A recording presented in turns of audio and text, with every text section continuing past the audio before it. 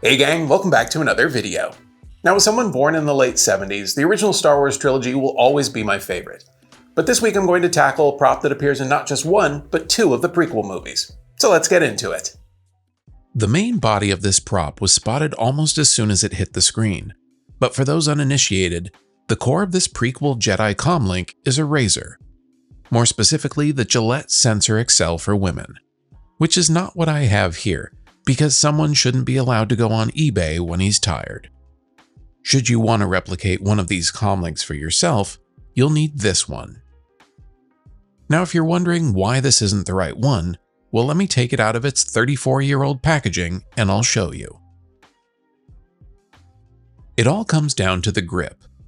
This grip is some kind of translucent plastic and only has the wavy texture in the middle. The correct version of this razor has a different grip that's a different material and pattern, which I clearly did not notice when I bid on and won this razor. But not to worry, I've got a solve for it. But first I'll need to take it apart.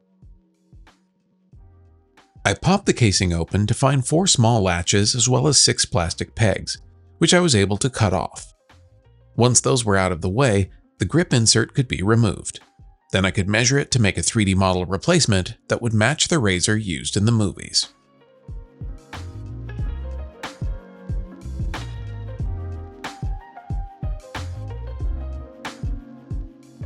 Thankfully, I was able to track down a photo of the razor that allowed me to see just how many waves were present on the grip. And after creating the pill shape, I drew out the wavy lines and was able to extrude them before removing a concave section down the middle to finalize the replacement grip.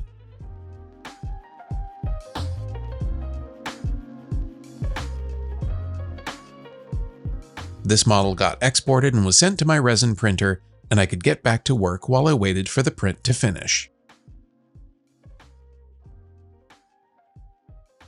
The 2 small buttons on the sides are designed to remove the razor blade from the handle, but for this use I need them to be stationary, so I grabbed some CA glue and made them permanent, since I didn't want to chase them around once I got to reassembly.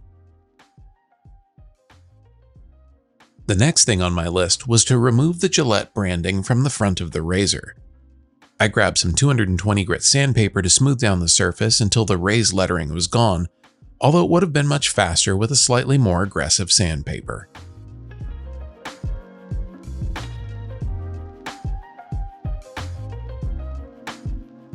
The original prop used quite a few surprise parts, starting with some Coughtrie 3-prong screws. Now, if the name Coughtrie sounds familiar, it's because they're the same company that makes the fixtures used for the wall-mounted lamps inside the Millennium Falcon. Now, these screws aren't available for purchase on their own, so I modeled and printed out 2 of these and glued them to the face of the razor.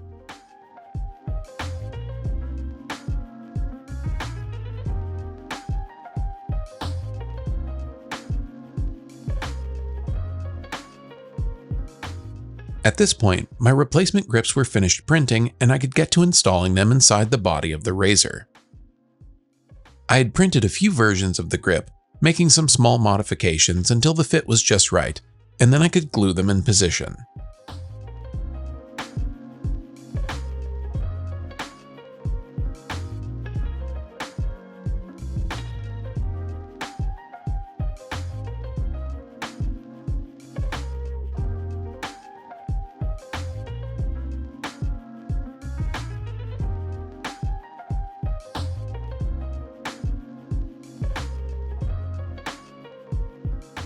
A quick test fit to make sure they still fit together, and then I can get to adding some more of the details.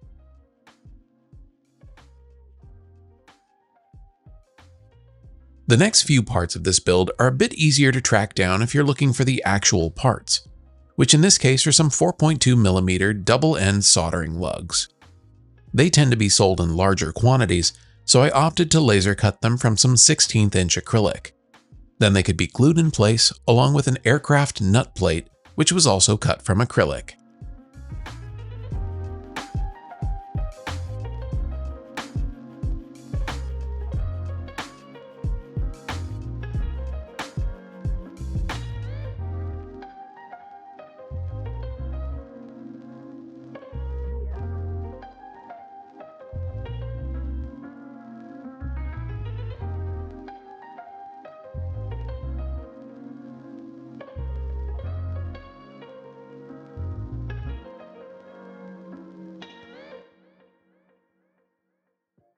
With the front details installed, I can get to reassembling the razor.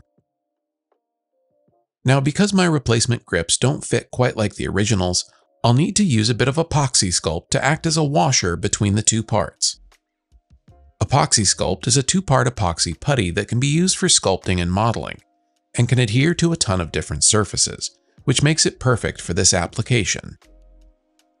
And since the original prop is completely smooth around the edge, I'll use the epoxy sculpt to overfill this gap between the front and back shells of the razor, and once it's dry, I can sand it flush for a uniform, solid appearance.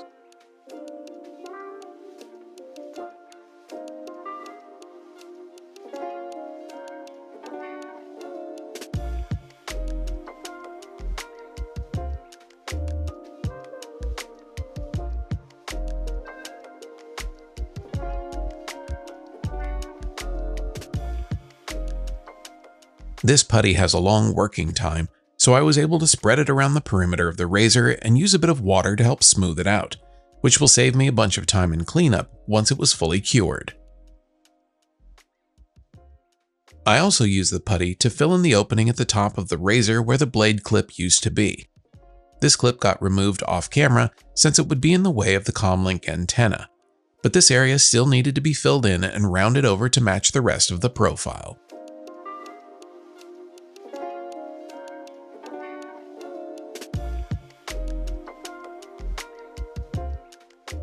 And after a bit of cleanup, the gap was filled and I could set it to cure for 24 hours.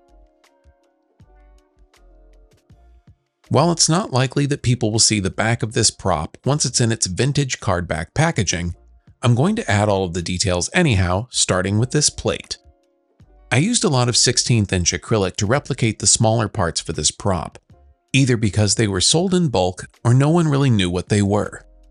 In the case of this piece, it's still a bit of a mystery, but what I can tell you is that it's got 6 M3 acorn nuts, which will get glued to the acrylic with some 5-minute epoxy.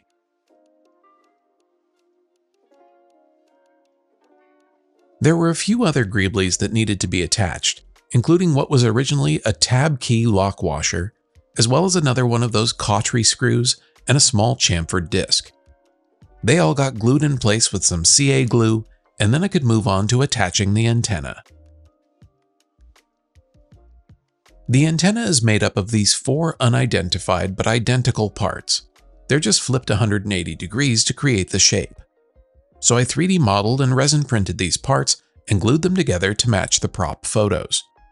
Then I could add another of the acrylic washers and a small shaft to the top to complete the antenna. Now I just need to get it glued in place.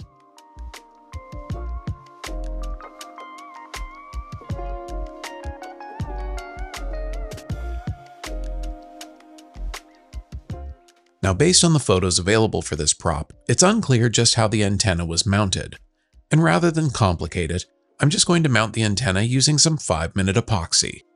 This should both give me time to get the placement right, but also, due to its viscosity, should fill in a bit of space as well.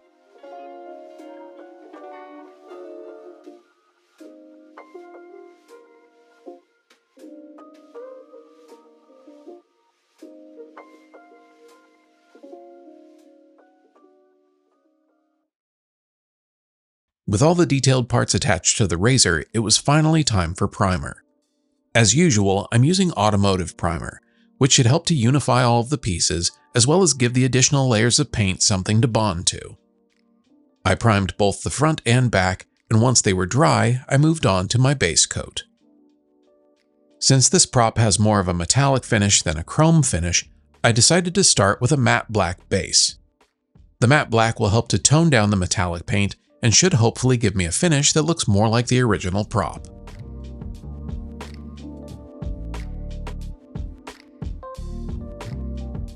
Once the black was dry, I grabbed some flat aluminum model paint and thinned it out so that it could be used with my airbrush and got to painting.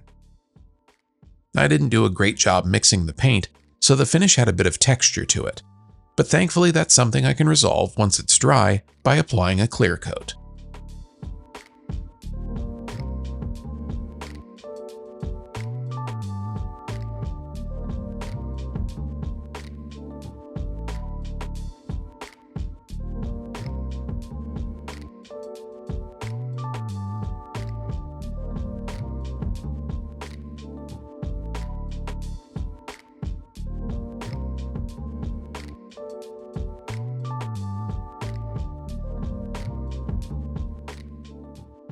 The aging on this prop, based on some auction photos from a few years back, seems very straightforward with a single color weathering pass.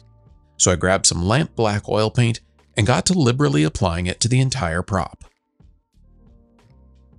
I know some people tend to go light and very targeted during this step in the process, but I tend to find that covering the entire piece and then removing paint gives me a better idea of where grime might accumulate based on the shape of the object. So anywhere that it's easy to remove oil paint is likely to be the areas that wear would happen from use. The areas that are more difficult to remove paint would be the same areas that would accumulate the most dirt. Doing it selectively would rely on assumption and experience, whereas this method will show you based on what is actually capturing the most paint. At this point, I started to rush a bit and didn't give the paint sufficient time to dry, and so there's a few spots where the paint has smudged. This clearly isn't ideal, but at this point I'm too far in to start over, so I'll make the best of the situation and try to hide as much of this issue under weathering. After I've covered the entire prop and have removed as much of the oil paint as seems necessary, I decided to grab some pewter rub and buff to try and accentuate some of the raised spots and possibly hide some of the slumping of the paint. I typically use my finger to apply this, but you could also use a cotton swab or even a brush. But the point is to capture the high spots and anywhere that seems like it would get handled to help bring back some of that shine that's been dulled down by the oil paints. This step did bring in a bit of variation, but not really enough to mask those areas that were damaged from handling it before the paint had dried. So rather than continue to chase those spots, I decided to let it be imperfect, and that's alright. The final part of this build comes in the form of these two small aerospace matrix pins. I had added small holes into my antenna model, but I needed to clip off a bit of the pins before they would fit. Once the pins fit, I mixed up some 2-part epoxy and got them in position. And with that, this Episode 3 Comlink is done.